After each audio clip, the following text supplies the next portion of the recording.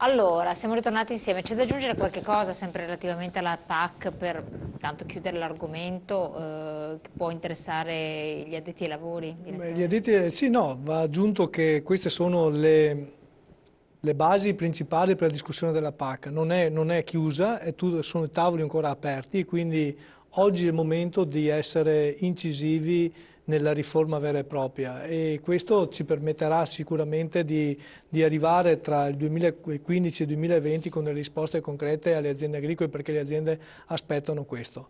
Va solo ricordato che siamo ancora nella fase di lavorazione, quindi non si è concluso ancora Non si è niente concluso niente e ancora, quindi quindi su questo... questo oggi noi dobbiamo essere più incisivi di altri per portare a casa Quanto risposte. conta il semestre italiano in Europa? Eh, Quanto può Conta, contare? conta in maniera relativa per quanto riguarda, perché ora le scelte le dovrebbe fare lo Stato membro, quindi le scelte dovrebbero fare l'Italia, oggi deve fare le scelte, quindi le scelte sono dettate dalla conferenza Stato-Regioni che è l'organo in cui dovranno decidere, passatemi il termine, suddivisione, spartizione del pacchetto PAC e quindi speriamo che nel Veneto ci siano buone risposte su questo. Sì, se i giovani hanno tre campi, che misure ci date? Si parla di giri di soldi, ma chi vanno? I piccoli non li volete, non li vuole la politica, ma sono adesso vediamo il messaggio come continua, insomma ci scrivono tanti piccoli, piccoli giovani, ma sono i piccoli che hanno fatto l'Italia, i grandi ci L'abbiamo hanno solo toccato. speculato e se la sono mangiata e venduta l'Italia, i grandi non sono il futuro, lo si è visto. Insomma c'è un po' di timore da parte diciamo un po' chi rappresenta le piccole unità, i piccoli imprenditori agricolo, chi vuole intraprendere questa attività. Volevo chiedere a lei, in questo momento in cui si fanno i giochi, insomma sostanzialmente, che peso hanno le associazioni di categoria? Quindi, Le associazioni di categoria avrebbero un'importanza più rilevante del rilevante se riuscissero a essere unite e quindi condividere gli quindi vuol stessi dire CIA, obiettivi. Coldiretti, Confagricoltura, Confagricoltura, Lega fare... Coop, cioè un E insieme di invece? figure unite insieme. Ognuno pensa che il proprio orticello e che l'erba del vicino sia sempre più verde Ma è mai di esatto, quell'altro. ma è mai possibile questo? No, È come nel settore dell'industria, no? Appindustria, Confindustria, un'industria, ma è mai pensabile? questa è la conseguenza che ci ha portato tanti anni di malgestione di quello che sono gli apparati istituzionali, politico-istituzionali del nostro territorio e non solo a livello nazionale. E trovare un'unione, trovare delle condivisioni, essere una squadra, essere un gruppo, sicuramente quando ci si va a proporre si è più incisivi e si riesce a ottenere obiettivi. Infine i problemi che hanno gli agricoltori della CIA sono uguali di quelli della Coldiretti e di Confagricoltura, ma a livello sindacale talvolta abbiamo delle difficoltà a condividere gli stessi obiettivi. Caso. Dobbiamo avere un sistema, un'agenda politica di intervento, delle idee chiare. Ve lo state proponendo come obiettivo? Noi sì, sicuramente. La CIA lo sa benissimo, magari non avrà i numeri, non avrà i soldi, però la propositività e le idee è sempre quella che le ha messe in campo dinanzi anche a tante altre associazioni che poi magari ci hanno seguito a ruota, nonostante noi siamo autonomi e magari non rendiamo conto tanto a quello che è la politica. È d'accordo, direttore? Sì, ricordo che noi questo messaggio di mettere insieme le organizzazioni lo abbiamo fatto, non abbiamo solo raccolto il messaggio, ma abbiamo fatto anche concretamente utilizzando uno strumento importante collegare Confagricoltura, Lega Coop e CIA con AgriInsieme che è un sistema, che è un sistema organizzativo che ci permette di confrontarci con la politica con un'unica voce. Quindi AgriInsieme, che è l'insieme di CIA, Confagricoltura e Lega Coop, oggi parlano alla stessa lingua con il mondo agricolo e sulla politica. Quindi questo è un grande passo in avanti che come confederazioni abbiamo fatto. Ecco, vorrei accennare un attimo al discorso perché purtroppo interessa anche molte persone, poi voi siete coinvolti anche questa volta in prima linea, del disastro idrogeologico che c'è stato, cioè, è periodico, purtroppo una volta se ne parlava tanto meno perché si verificava con minor frequenza, adesso saranno i cambiamenti climatici, una serie di componenti, concomitanti e fattori, fatto sta che nuovamente la zona anche della provincia di Padova, della Bassa Padovana, ha subito delle gravi ripercussioni, il settore agricolo lamenta danni ingenti, poi il direttore ci dirà anche nel dettaglio di che cosa stiamo parlando. Voi avete mosso un tavolo d'incontro molto importante recentemente e avete cercato di coinvolgere anche le altre associazioni. Sì, a riguardo a questo anche venerdì presso la fiera nella Sala Grande avremo un incontro con gli assessori Manzato, Conte per ancora toccare questo tema. Credo che sia una cosa gravissima, negli ultimi mesi, a distanza di 2 o 3 mesi, mi trovo talvolta a dover correre e rivivere quello che era successo. Mi sembra che i tempi siano talmente stretti, quindi dobbiamo trovare un sistema, perché sono convinto che sia meglio prevenire che curare. Nell'ultima alluvione che abbiamo subito nella zona della Bassa Padovana, circa 13.000 ettari sono andati sommersi, quindi a danno, con un danno economico penso si aggiri intorno ai 20 milioni di euro e nessuno vuole riconoscere. In primis io credo che anche i consorzi di bonifica dovrebbero avere la loro piccola, in parte, piccola responsabilità, però almeno a queste aziende che hanno subito questi danni grandissimi dovrebbero riconoscere almeno per un anno entrante di non pagare la tassa al consorzio di bonifica.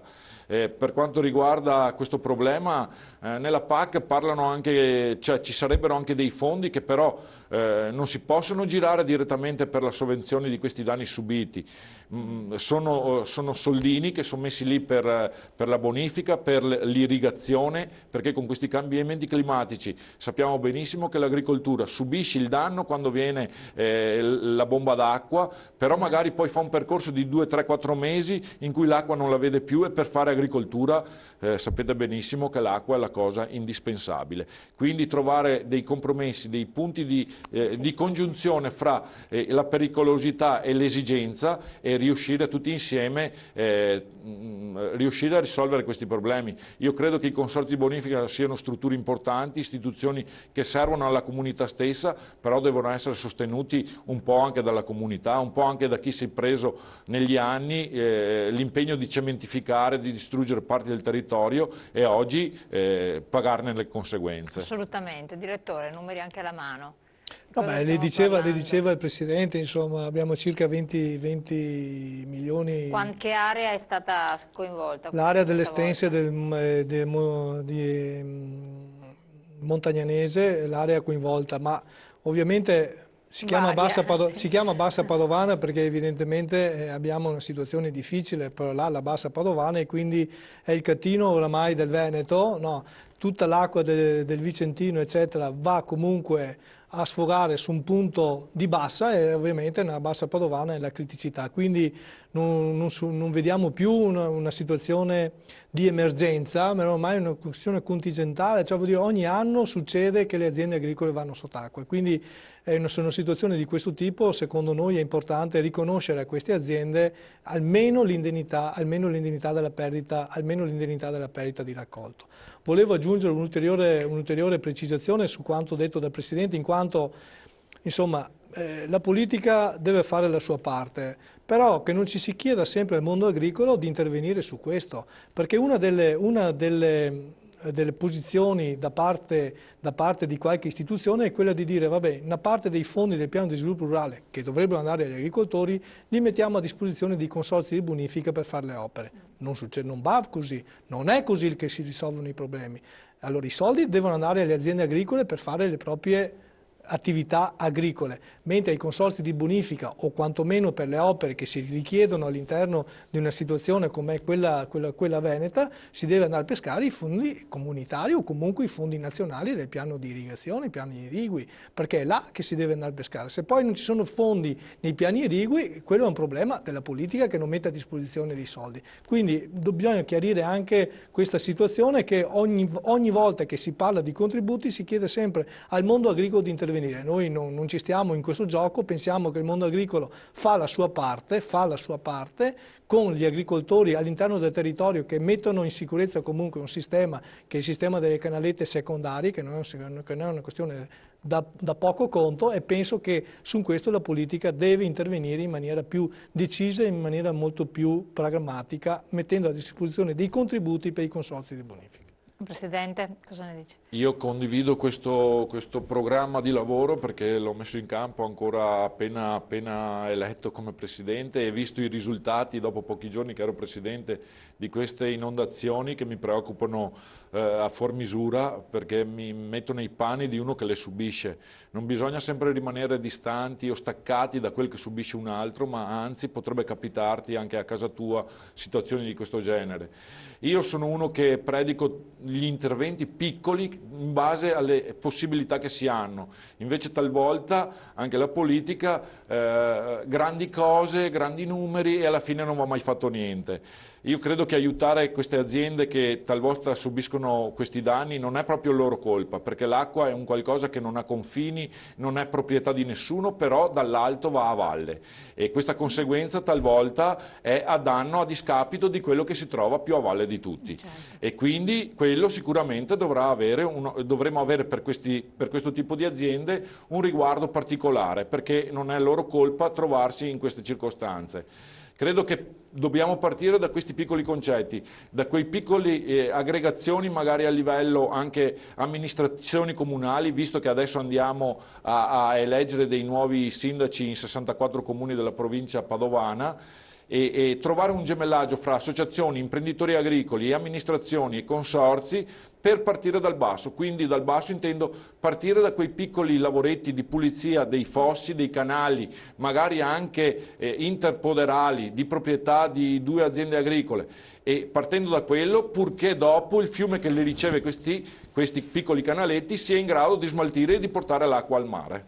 Ecco, ci sono alcuni che giustamente anche osservano che ci sono cambiamenti climatici, però molte situazioni, appunto si parlava di sindaci, amministratori locali, è innegabile che siano provocate dall'intervento dell'uomo sconsiderato, poi dopo si piange sul latte versato, però intanto l'urbanizzazione selvaggia è stata fatta, è stata autorizzata dalle amministrazioni locali perché faceva comodo avere un certo tipo di tassazione, insomma c'è anche una corresponsabilità in chi gestisce le cose. Voi fate pressione anche perché si argini insomma l'urbanizzazione, la cementificazione ulteriore, una battuta perché siamo in chiusura. No, no, noi non facciamo pressione, anzi noi non vorremmo più che vengano urbanizzati i terreni. Il terreno agricolo, lo diceva in precedenza il mio Presidente, 40.000 ettari si sono urbanizzati nel Veneto e quindi sono stati sottratti all'agricoltura. Noi pensiamo che è arrivato il momento di dire basta a tutto ciò. Penso che su questo la Regione Veneto sta facendo delle proprie proposte normative perché non succeda più urbanizzazione di un certo tipo. Dobbiamo continuare in questo. Oramai si è urbanizzati e quindi su questo però dobbiamo trovare le risorse. Ricordo 20 miliardi sono le risorse che dovrebbero essere messe a disposizione del Veneto per mettere in sicurezza un territorio, un sistema come il nostro. Penso però che sia importante, è arrivato il momento oggi di fare quelle iniziative adeguate per superare tutto ciò, per primis anche i canali scolmatori o quantomeno i bacini di laminazione. Benissimo, detto questo, volevo fare una precisazione e ricordare che 2 o 3 anni fa la Confederazione Italiana Agricoltori aveva operato su una sottoscrizione di un programma di lavoro che si chiamava la Carta di Matera, in cui circa 85-86 comuni avevano aderito e all'interno di questa Carta di Matera, Madre Terra, sostenevano anche loro questi principi che abbiamo descritto oggi, però sono passati ancora 2 o 3 anni e ci troviamo sempre alle stesse condizioni, quindi riprendiamo in mano anche le vecchie strade per ridare valore a quello che è le idee che tutti vorremmo fare, cioè il concetto è che non è la poltrona ciò che conta, le cose le dobbiamo fare. Assolutamente, ma questo è importantissimo. Io vi ringrazio, ringraziamo la CIA di Padova per averci supportato in questo approfondimento, ringraziamo voi di averci seguito, io vi aspetto però questa sera, c'è uno speciale a questo proposito. Parleremo con degli esperti, climatologo, poi ci sarà ovviamente ingegneri e quant'altro del problema come arginare del disastro idrogeologico fino ad arrivare a Valle del Brenta. Si parla anche di una diga o comunque di un bloccare le acque del fiume, come in che termini. Ci sono anche gli imprenditori che si stanno un po' allarmando, insomma ne discuteremo insieme in uno speciale dalle 21 alle 23. Grazie ancora, vi aspetto questa sera.